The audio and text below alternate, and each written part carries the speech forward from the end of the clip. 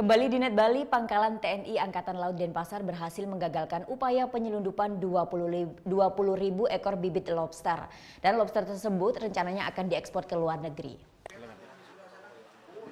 Setelah melakukan pengintaian selama 3 bulan, petugas dari Pangkalan TNI Angkatan Laut Denpasar berhasil menggagalkan upaya penyelundupan 20.000 bibit lobster.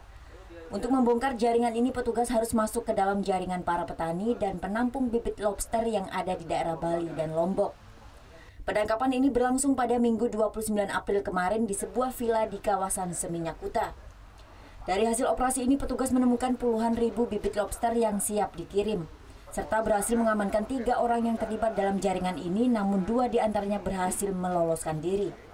Dari hasil pemeriksaan sementara, ketiga orang tersebut mengaku mendapatkan bibit lobster tersebut di wilayah Tabanan dan Singaraja. Rencananya mereka akan membudidayakan bibit lobster jenis mutiara dan pasir tersebut ke Nusa Penida. Namun dari hasil pemeriksaan dokumen, petugas menduga bibit lobster tersebut akan diekspor ke luar negeri. Ya, hasil dari keterangan yang petugas villa, dia menyewa 2 hari. 2 hari menyewa di sini.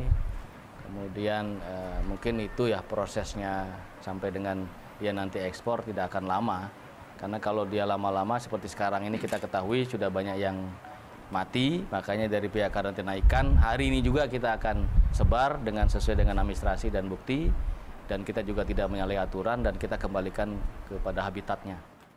Sesuai dengan peraturan Menteri Perikanan, lobster dengan berat di bawah 200 gram dilarang untuk diekspor. Apabila puluhan ribu bibit lobster ini berhasil diselundupkan, negara akan rugi mencapai miliaran rupiah. Karena bibit lobster asal Indonesia memiliki nilai jual yang tinggi di pasaran Asia. Sementara ketiga orang yang berhasil diamankan yakni Han, Ras, dan Mar saat ini masih dalam proses pemeriksaan dan untuk sementara masih berstatus saksi. Surya Sanjaya melaporkan untuk NET. Oh yang beneran? Iya, oke.